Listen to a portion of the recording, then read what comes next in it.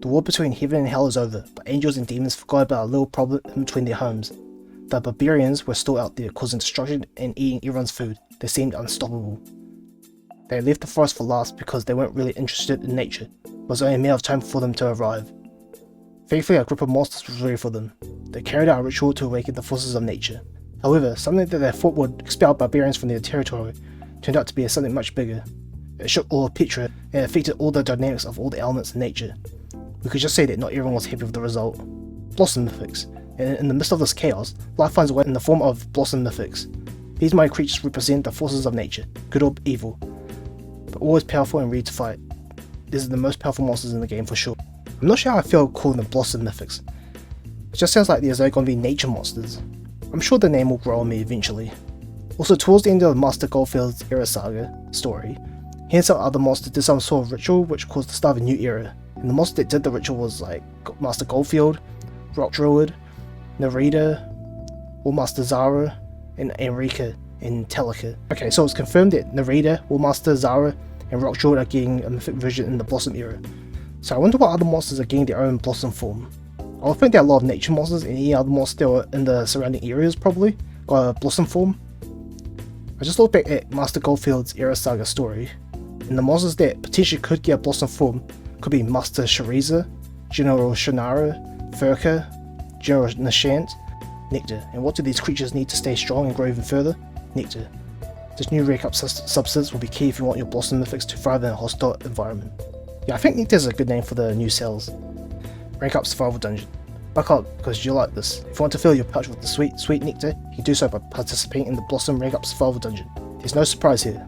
This new dungeon will be pretty similar to their predecessors, so nothing too crazy. But in addition, we're also opening some new rank up survival dungeons for older mythic generations. We're having dungeons for corrupted, cosmic, and original mythics. One for each, yes. These dungeons will be shorter and the rewards will be proportional to this new length, but you'll be able to get the sales for old monsters and seasonal resources, for Time, Stardust, and Amber. You requested it and we listened. Now there's no excuse to not rank up your monsters. Woo! Yeah, baby! That's what I've been waiting for. That's what it's all about. This is a really good addition since now we can rank up our other mythics. So it says that the original mythics, cosmic, and corrupt are going to be getting their own dungeons, but are going to be shorter and proportional to the length. I'm hoping the new rank up dungeons are at least 15 nodes. If it's 15 nodes, even better. Now I can add more monsters to the queue of monsters that I need to rank up. Elemental changes. In this era, elements are taking a central stage because now more than ever, they matter. Elements will be more important in determining the outcome of the battle, and information on elemental weaknesses / strengths will be easy to visualize in game.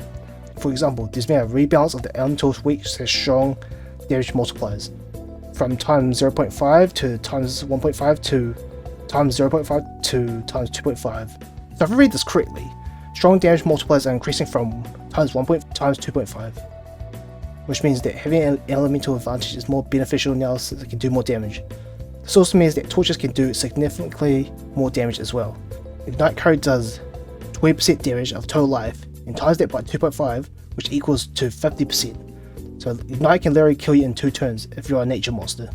And let's not forget about Boiling, which can either deal 42.5% damage against fire monsters and 40% against nature monsters.